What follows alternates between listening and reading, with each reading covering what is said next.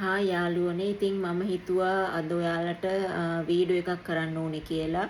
ඔයාලා ගොඩාක් දෙනෙක් දන්නවා මම කැන්සර් එකකට මුහුණ දුන්න කියලා. ඉතින් මට ඒ ගැන ඔයාලා දැනුවත් කරන්න ඕනේ කැන්සර් එකක් නැහැදින්න ඕනේ කොහොමද කියන එක. ඉතින් ඒ ගැන මට කතා කරන්න ඕනේ කියලා හිතුණා. මොකද තවත් කෙනෙක් පීඩා විඳිනවට දුක් විඳිනවට මම කැමති නැහැ. ඉතින් මොකද මං සෑහෙන දුකක් මේ අසනීපෙන් වින්දා. ඒක මට කොහොමද කියන්නේ කියලා මට තේරෙන්නේ නැහැ. ඒ විඳපු වේදනාවල් මතක් වෙදි තාමත් ඇත්තටම මේ දුකයි. හරි මේ ඇස් වලට කඳුළු එන තරම් ලොකු වේදනාවක්. ඒක නමුත් මම හරිම මේ හිත ශක්තිවන්ත කෙනෙක් නිසා හැමදේම විඳ දරාගත්තා. මම මේ ලෙඩේ අසනීප හැදෙන්න කලින් මේ ඉන්ජෙක්ෂන් කට්ටක්වත් මේ ගහපු කෙනෙක් නෙමෙයි. ඔය හදිසියෙ ලේ ටිකක් දෙන ඒවනේ. නමුත් දැන් මම මේ කීමෝതെරපි කරන්න ගත්තට පස්සේ මට එක අතයි යූස් කරන්න පුළුවන්. අනිත් අතේ මුකුත් ඔපරේෂන් කරපු පැත්තේ මුකුත් මේ අතට කරන්න එපා කියලා තියෙන. ඉතින් දැනට මම කීමෝതെරපි 22ක් කරලා තියෙනවා. ඒ 22ේම කටු ගහලා තියෙන්නේ මගේ මේ වම් අතට. එතකොට හිතන්න දැන් එක නහරයකට ගහලා හරි ගියේ නැත්නම් ආයෙත් ගලවලා වෙන නහරයකට ගහනවා. ඒ නහරෙත් හරි ගියේ නැත්නම් ආයෙත් ගහලා තව නහරයකට ගහනවා. ඔහොම 4-5 පළකට ගහලා තමයි හරි තැනක් කියලා සෙට් කරගන්නේ. මොකද කීමෝതെරපි දෙනකොට අපේ නහර වේලෙනවා. නහර සොයාගන්න නෑ ඒගොල්ලන්ට. මේ නහර වැඩ කරන්නේ නැහැ. ඉතින් ඒක නිසා මේ ගොඩාක් දුක් විඳින්න වෙන මේ ලෙඩක් මේක. දැන් වැඩිපුර තියෙන්නේ මේ කැන්සර් අසනීපේ බෝනම රෝග වලින් ඉදිරියෙන් ඉන්නේ කැන්සර් එක. ඉතින් මම හොස්පිටල් යන නිසා දන්නවා දවසල අලුතෙන් 100ක් වගේ ඉන්න දවස් තියෙනවා. ඉතින් මම ගොඩක් ප්‍රයිවට් බෙහෙත් කරේ. දැන් මට රජයෙන් නිර්දේශ වෙලා තියෙනවා කීමෝതെරපි ටිකක්. ඒක ගන්න මම කරාපිටි හොස්පිටල් යනවා දවස් 21කට සැරයක්. මම කීමෝതെරපි 33ක් මට නිර්දේශ වෙලා තියෙනවා. එතකොට හිතා ගන්න කොච්චර මේ වේදනාවක් විඳින කීමෝതെරපි එකක් කරාට පස්සේ දවස් 3-4ක් යනකම් ඇඳෙන් නැගිටින්න කරන්න බෑ.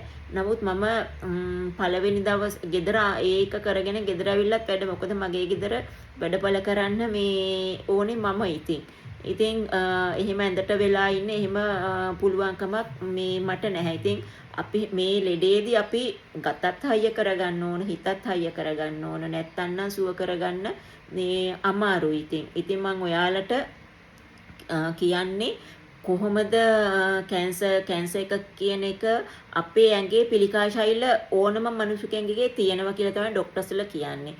ඒව වර්ධනය නොවන්නේ කොහොමද නොවන විදිහට කන්නේ බොන්නේ කොහොමද කියන එක මම ඔයාලට කියන්න. ඒ වගේම කීමෝതെරපි කියන්නේ මොනවද කියලා දැන් අපි කෙනෙකුට කැන්සර් එකක් කියලා අහලා තිබුණට ඒ කරන ප්‍රතිකාර මොනවද කියලා අපි දැනන් හිටියේ නෑ නේ. මම උනත් කීමෝതെරපි අහලා තියෙනවා. නමුත් මොකද්ද මේ කීමෝതെරපි කියන එක මට හැදෙනකම් මට කීමෝതെරපි කරනකම් මම දැනන් හිටියේ නැහැ. ඉතින් කීමෝതെරපි වලින් වාසිත් තියෙනවා, අවාසි ගොඩාක් තියෙනවා. ඉතින් ඔයාලට පේනවා මේ පළවෙනි දේ තමයි අපේ රූපේ වෙනස් වෙනවා. අපේ හැමේ පාට වෙනස් වෙනවා. අපේ කොණ්ඩේ යනවා. මේ කොහෙවත් මේ කෙස් ගහක්වත් මේ අතකවත් රෝම කූපයක් මුකුත් තියෙන්නේ නැතුව සේරම යනවා.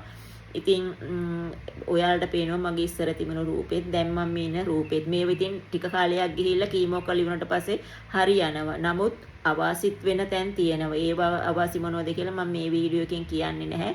ඒ වගේම තමයි මම ඔයාලට කියන්නම් මේ පිළිකා ශෛල වර්ධනේ නොවන්න මොනවද කරන්න ඕනේ කියන එක.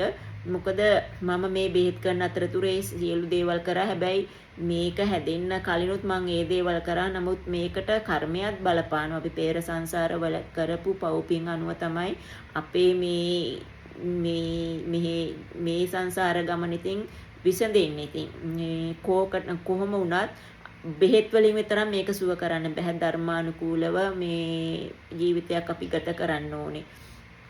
ඉතින් මම ඔයාලට කියන්නම් මේකෙන් කීමෝതെරපි කියන්නේ මොකක්ද කියන එක. කීමෝതെරපි කියන්නේ දැන් පිළිකාවක් අපේ ඇඟේ තියෙන කෙනෙකුට කීමෝതെරපි කරනවා කියනවනේ. ඒකෙන් කරන්නේ අපේ ඇඟේ ලේ තියෙන පරණ ලේ පුච්චනවා. පුච්චලා අලුත් ලේ උපද්දනවා. උපද්දන්නේ කීමෝതെරපි එකෙන් නෙමෙයි අපි ආහාර ගන්න ඕනේ හොඳට.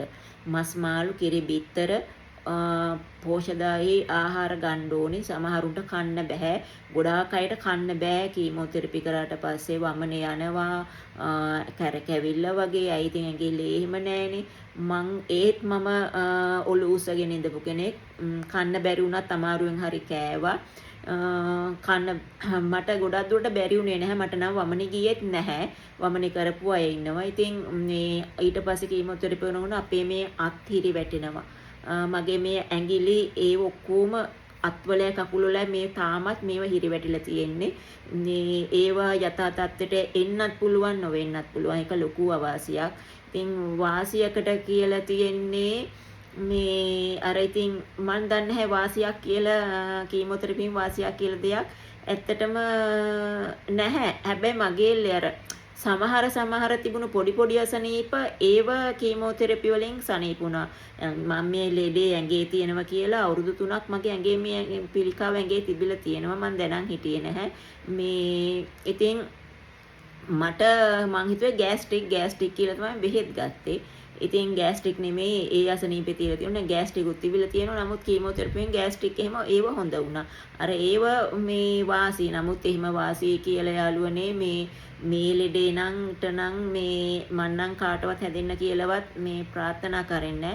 ඒක නිසා දැන් වෙලාව නෑ ඔයාලට කියන්න. මම ඊළඟ වීඩියෝ එකෙන් මේ පිළිකා ශෛල වර්ධනය නොවන්න හොඳ කෑම මොනවද කියලා ඔයාලට මං කැඳ වර්ග මොනවද කියලා ඔයාලට මම ඊගාව වීඩියෝ එකෙන් කියන්නම්. ඔයාලා යමක් මේ වීඩියෝ එකෙන් ගත්තනම් තවත් කෙනෙකුට බලන්න ෂෙයා කරන්න, ලයික් එකක්, කමෙන්ට් එකක් දාගෙන යන්න අමතක කරන්න එපා. තෙරුවන් සරණයි.